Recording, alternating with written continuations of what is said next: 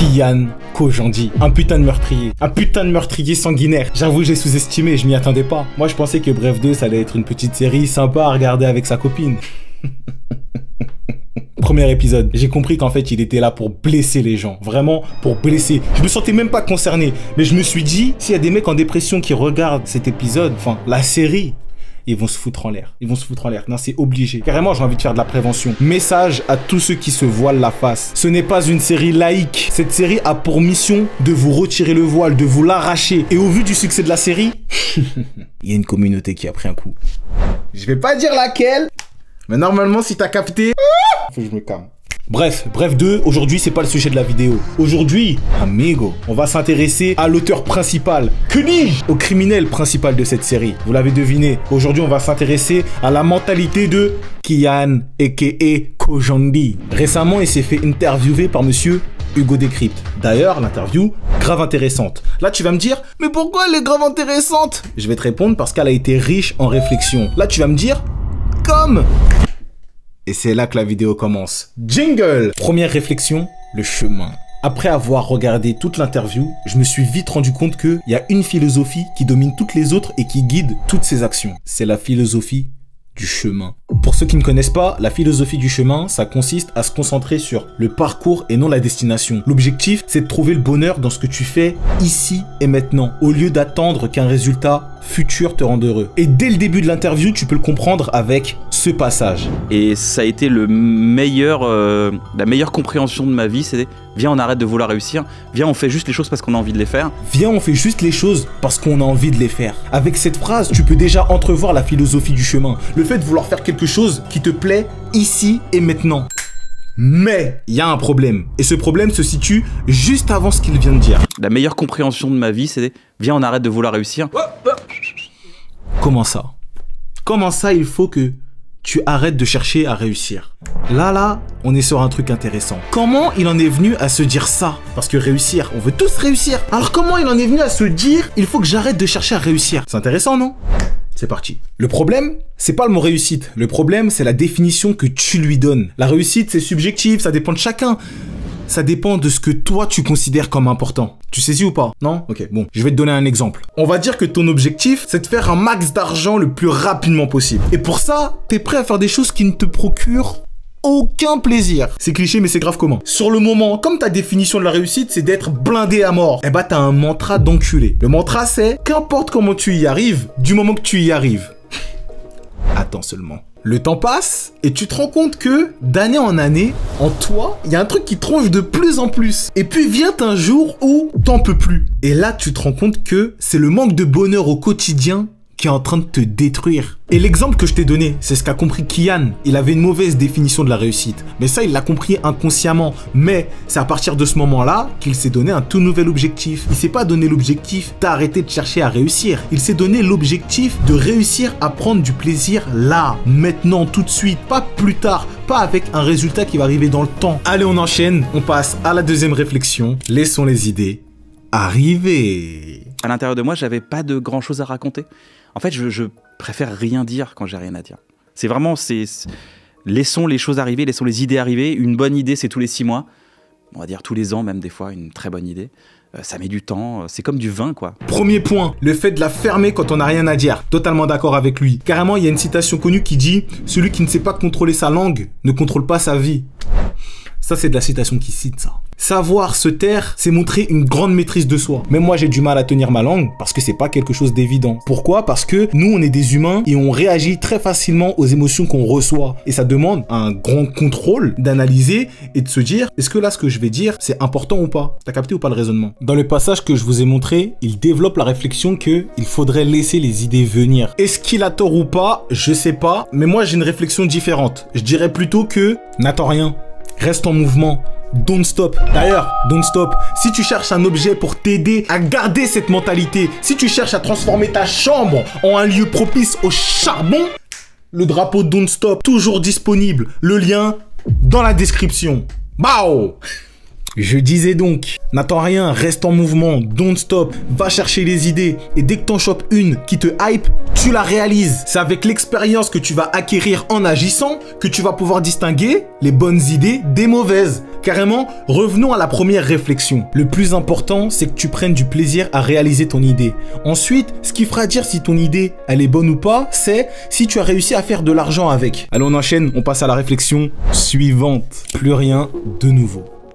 Le personnage de Jean-Jacques s'est inspiré d'une voisine que j'ai eue un certain temps qui me parlait, qui parlait d'elle, qui parlait de ses anecdotes. Et ses anecdotes avaient plus de 40 ans, quoi. Donc elle me parlait que de son ancien temps. Elle me parlait de jamais de nouvelles choses. Elle me disait pas, ah, hier j'ai vécu. C'était, ah bah je me rappelle, ah bah je me rappelle. Là, tu crois naïvement qu'il s'adresse qu'aux vieilles personnes. Amigo, fratello. Dès 20 ans, combien de personnes, leur vie c'est je me lève, je vais au boulot, je rentre, réseau. Souvent, ces mecs-là, tu les croises et tu leur demandes honnêtement, hein, ça va, tu vas bien? Eux, ils te répondent, réponse automatique, tranquillement, et toi? Ensuite, tu leur demandes la question logique, hein, et ça dit quoi en ce moment? Et là, cette personne te répond, comme d'hab.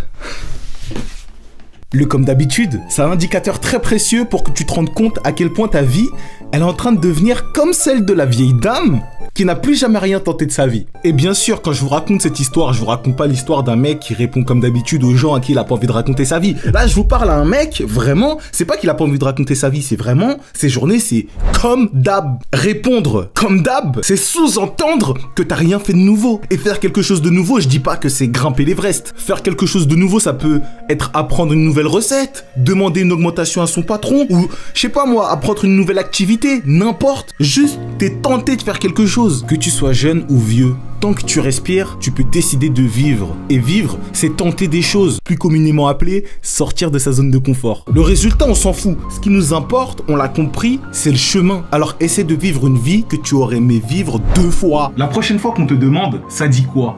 Je veux que tu répondes ça. Bah écoute, il y a pas longtemps, j'ai raté ça, j'ai raté ci, mais du coup j'ai appris ça, du coup la prochaine fois, je vais recommencer, je vais tenter ça comme ça. Et c'est là où la langue française, elle est incroyable, parce que vous savez pourquoi je vous dis que ça c'est vivre? Parce que du coup la personne, elle va pouvoir vous répondre, ah ouais, t'en as vécu des choses.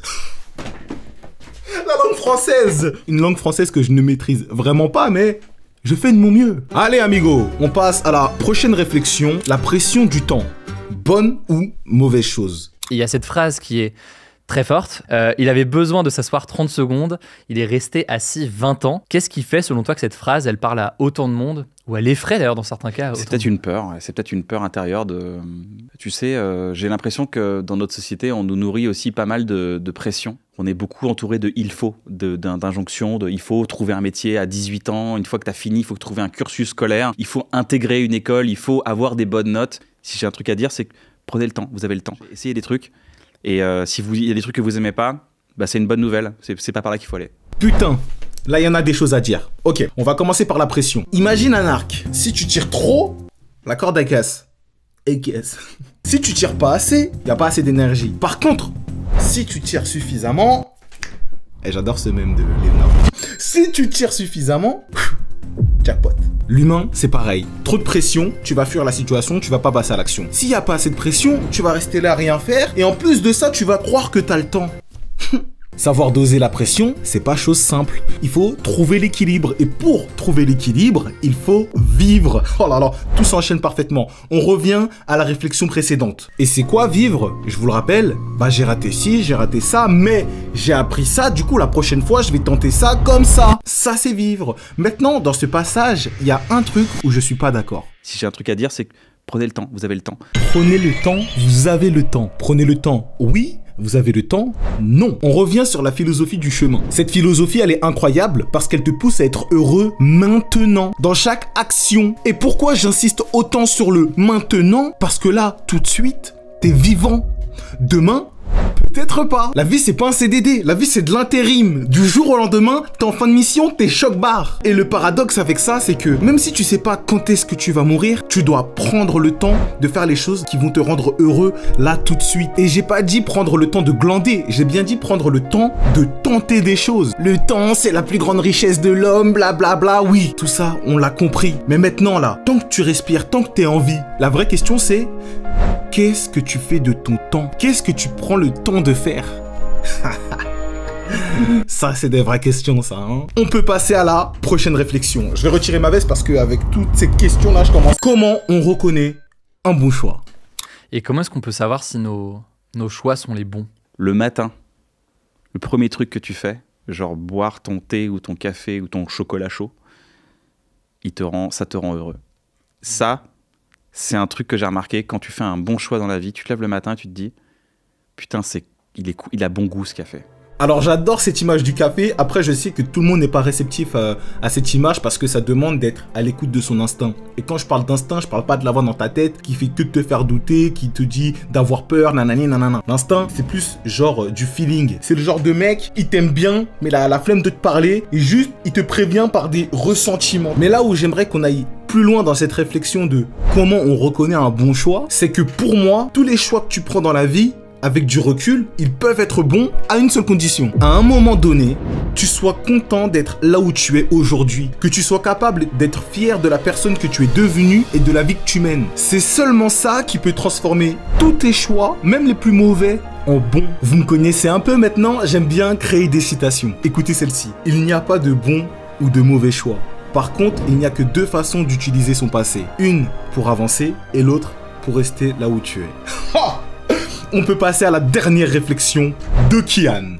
Fais ce que tu attends de toi. Ben, c'est très intéressant, mais que 8 mois avant qu'on aille voir Canal pour Bref 1 à l'époque, on est en 2010, on fait un rendez-vous parce que j'avais eu une sorte de casting pour être chroniqueur dans une émission. Et on dit « Ah, j'ai une idée de programme court ». Et ils nous disent « Ah non, mais nous, on fait plus de programme court ». Donc si j'avais fait ce qu'on attendait de moi à Canal à l'époque, j'aurais jamais proposé Bref à l'époque de 8 mois plus tard. Donc non, faut juste, encore une fois, proposer ce qu'on a l'impression qui est là, quoi. Je suis totalement d'accord avec lui. Fais ce que tu as envie de faire du plus profond de ton cœur. Mais... Vas-y, c'est trop facile à dire. Moi, j'aurais plutôt aimé entendre ça. Le courage, c'est pas inné. Tout le monde ne peut pas le prendre d'un coup. Le courage, faut l'imaginer comme un verre. Et la confiance comme de l'eau. Plus ton verre se remplit d'eau, plus tu deviens courageux. Combat avec tes armes. Fais en sorte de vivre. Qui dit vivre, dit tester des choses. Et ces choses te donneront de l'expérience. Et l'expérience va se transformer en confiance. Jusqu'à ce qu'un jour, t'en aies suffisamment pour dire merde et d'assumer tous les choix que tu vas tous les choix que t'as envie de...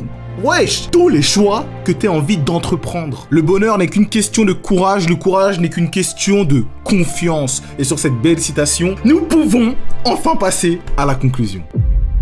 Alors pour cette conclusion, d'abord j'aimerais qu'on retienne que Kian est trop fort en interview. Il a réussi à nous partager des réflexions graves, enrichissantes, alors que l'interview, c'est un exercice super difficile. Il n'a pas le temps comme moi de lire un script. Lui, ses questions-réponses, ça doit être assez rapide, de façon spontanée. Et pourtant, même si je l'ai repris sur 2-3 mots, en vrai, je lui aurais laissé le temps. Je suis sûr qu'on aurait été d'accord sur plein de points. Et juste sur ça, Kian, il est trop fort. Et il n'est pas trop fort que pour ça. Il est aussi très fort parce que, à travers toutes ces réflexions, j'ai réussi à déceler que toutes ces actions, elles sont guidées par la même philosophie. La philosophie du chemin. Certains ont une religion pour guider leurs actions jusqu'au bonheur. D'autres créent leurs propres règles pour avancer vers ce même bonheur. Dans les deux cas, je sais pas s'il y en a une meilleure que l'autre, mais je dirais que le plus important, c'est que tu sois sur le chemin qui te fera dire chaque matin « Putain, il a bon goût ce café. » Oh,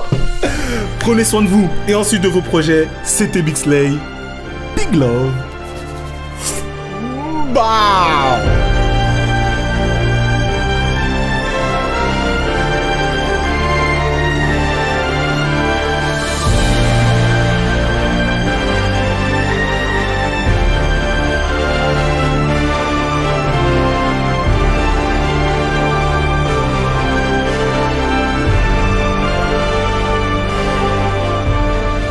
Si le drapeau que tu as vu derrière moi pendant toute la vidéo, il t'a plu, il est totalement disponible dans la description.